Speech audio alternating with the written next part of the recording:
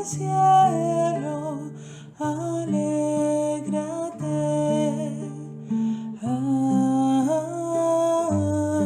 Aleluya, porque el Señor a quien has llevado en tu vientre. Aleluya,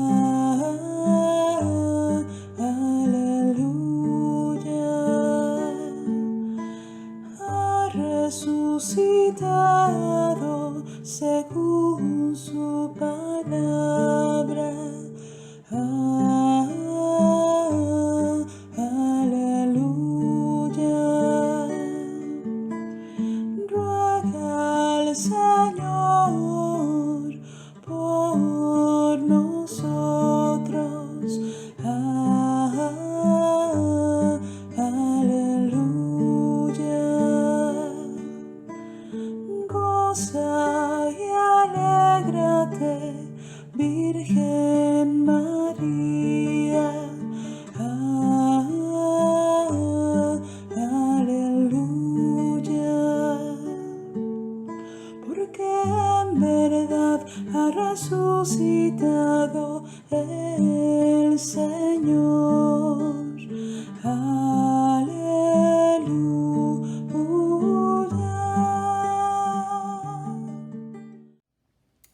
¿Qué tal, queridos hermanos? Me da mucho gusto saludarlos en esta tardecita. Estamos iniciando aquí el mediodía y me da mucho gusto pues recibirlos en estos momentos marianos en donde estamos tratando el tema de la espiritualidad mariana. Sin embargo, como lo he comentado en nuestros capítulos anteriores, en nuestros momentos marianos anteriores, pues estamos ahorita tratando de poner la base sobre la que vamos a construir todo nuestro edificio sobre la espiritualidad mariana. Y hemos venido hablando de qué es la espiritualidad, de cómo se construye, qué es lo que hace, qué produce, en fin. Y nos quedábamos en nuestra reunión del día de ayer de cómo la espiritualidad es el motor, lo que va a producir la santidad en nosotros. Y esta santidad pues es la que se va manifestando a través de los diferentes carismas. Principalmente decíamos el día de ayer, hablábamos del carisma del amor, que es el carisma por excelencia, dice San Pablo, su carta a los Corintios en el capítulo 12, en donde pues nos queda claro que ese es pues el centro de lo que manifiesta nuestra relación con Cristo. Él mismo lo dijo, cuando vean cómo se aman, creerán. Así que este es el punto toral que el Espíritu Santo genera, ya que, como lo dice el mismo San Pablo, pues es el mismo amor de Dios, dice en Romanos 5, el mismo amor de Dios, el que se ha derramado en nuestros corazones. Así que bueno, vamos a hablar ahora precisamente de este camino hacia la santidad. Cómo la espiritualidad es el camino hacia la santidad.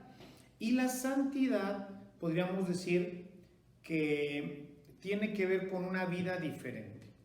De hecho, la palabra santo, hagios, quiere decir diferente, separado. Es decir, Dios nos ha separado para Él. Dios se separó un pueblo. Y por eso en el Antiguo Testamento dice que somos un pueblo de santos. Jesús utiliza esa misma cita en el capítulo 5 de la carta del Evangelio de Mateo, pero dice sean perfectos. Y pienso, junto con algunos otros exégetas, que no usa directamente la palabra santidad, porque la palabra perfección habla de algo que va desarrollándose, ¿no? Uno llega a ser perfecto en la medida en que va avanzando en su vida, ¿no? O sea, una persona que empieza haciendo tornillos, por ejemplo, un tornero, ¿no? Que hace tornillos, no sé si todavía se hagan en tornos o no, pero la persona que maneja un torno, pues la primera pieza pues le va a salir probablemente no tan bien como la segunda, y no tan bien la segunda como la tercera, y la cuarta y la quinta. Y cuando ese tornero tenga 20 años de manejar el torno, va a ser un perfecto, va a ser alguien que es un experto, ¿sí? Alcanzado la perfección, o sigue en esto, porque pues siempre somos el ser humano es alguien que se está construyendo. Y lo mismo ocurre con la santidad. La santidad es algo que se va construyendo. Cuando uno empieza, pues tiene una santidad, y cuando termina, pues tiene otra santidad. Por eso les decía el día de ayer que muchas veces tenemos una idea equivocada de lo que es la santidad, porque vemos ya las imágenes terminadas de la persona. Pero pues empezamos en todo de poquito, ¿verdad? No empezamos teniéndolo todo. Así pasa también en la vida de la santidad. Y por eso dice Jesús: sean santos, sean perfectos, caminen en ese proceso que los va a ir conduciendo hacia la perfección. Y esta perfección, ¿qué es lo que va a hacer? Nos va a separar el mundo y Dios, y nos va a ir llevando hacia Él. Y obviamente nos va a ir haciendo personas diferentes. Una persona cristiana, por eso he insistido muchísimo en este tema, los últimos ejercicios espirituales que he dado, en fin, bajo diferentes formas, esquemas, visiones, pues he tratado de explicar que el cristiano pues se distingue de todos los demás porque es diferente.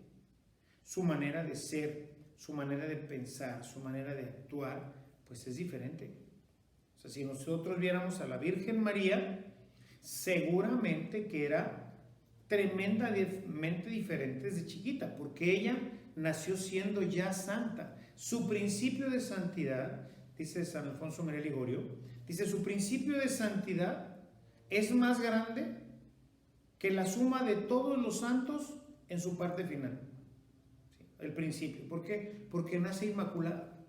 Entonces, obviamente, su principio de santidad pues es muchísimo más grande que el que nosotros podamos ni siquiera llegar a pensar. Entonces, eso la hacía una persona distinta, diferente a las demás. Esto para algunas gentes puede ser bueno, ¿sí? O sea, la gente que tiene empatía con nosotros es porque también es una persona espiritual y fácilmente nos conectamos.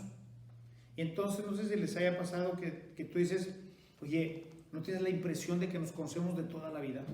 Y la apenas la acabas de ver, pero la amas, la quieres. Hay una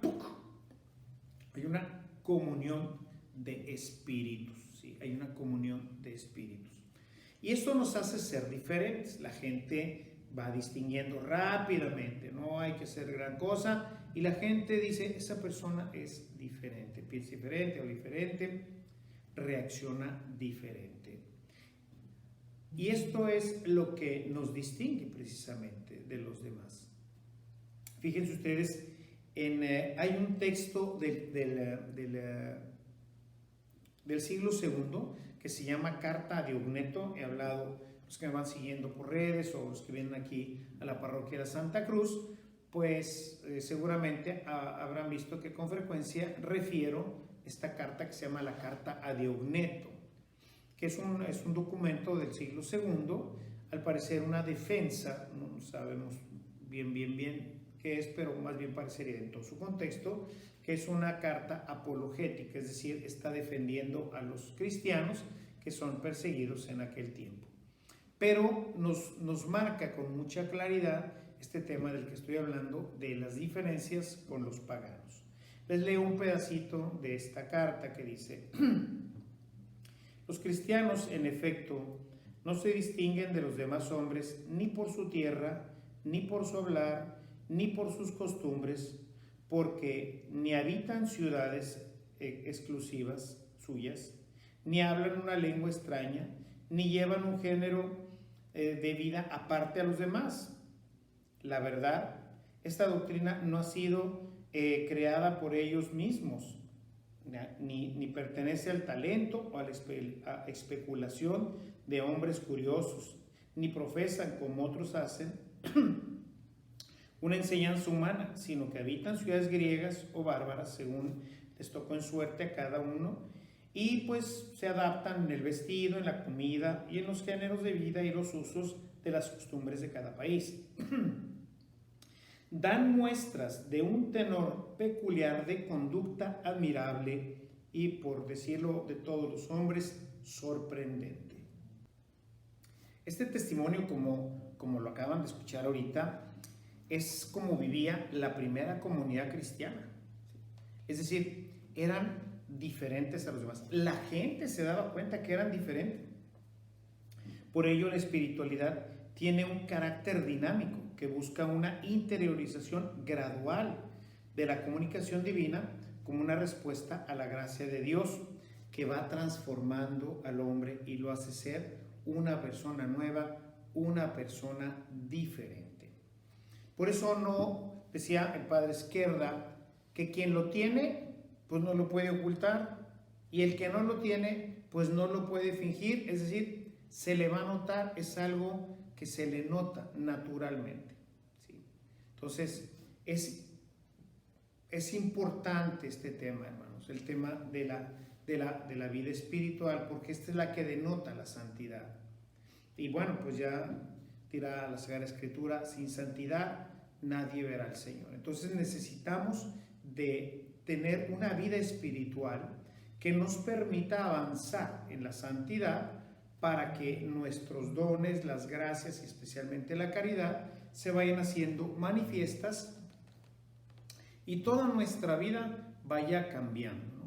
O sea, si ustedes leen, pueden buscar por ahí en Google, ¿verdad? Está la carta, es una carta bastante larga, la que más o menos leemos en general es un fragmento.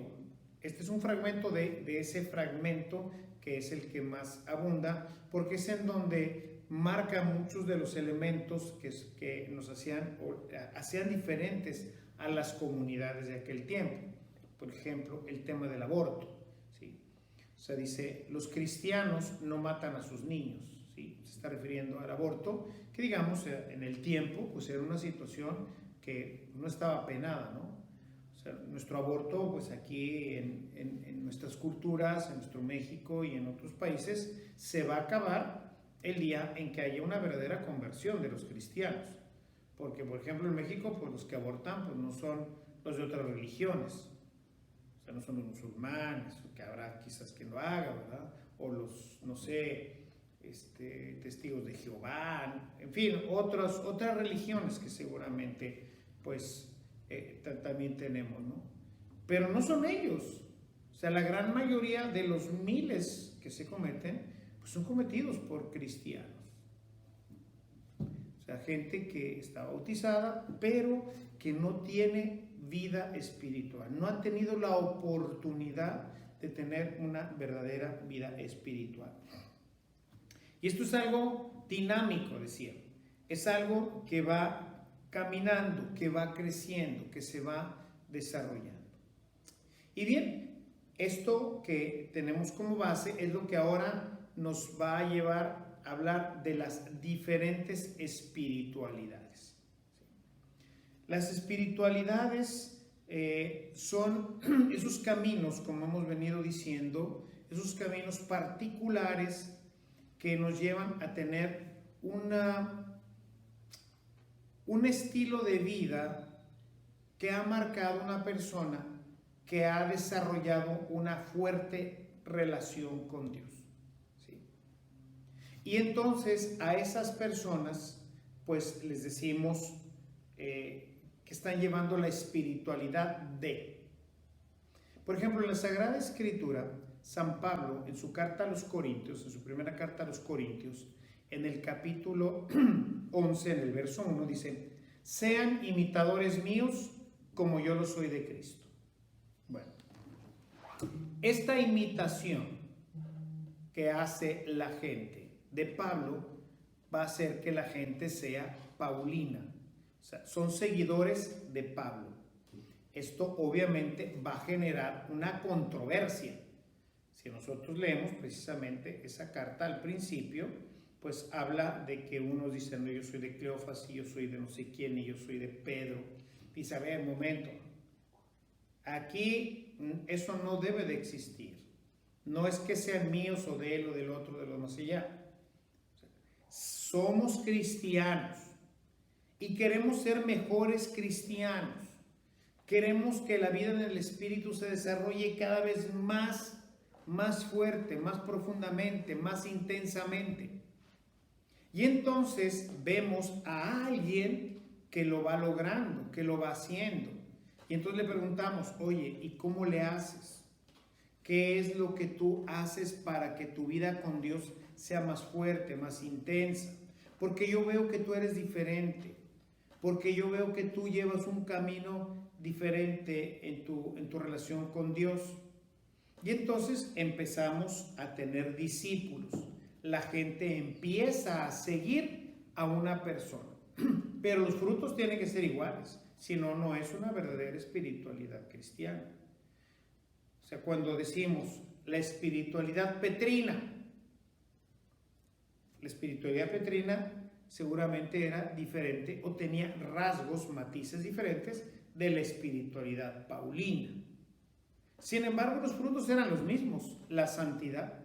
San Pablo era santo, San Pedro era santo, y sus discípulos buscaban, igual que su maestro, ser santos. No ser como su maestro para ser Pablos, sino para ser Cristos. No para ser Pedros, sino para ser Cristos.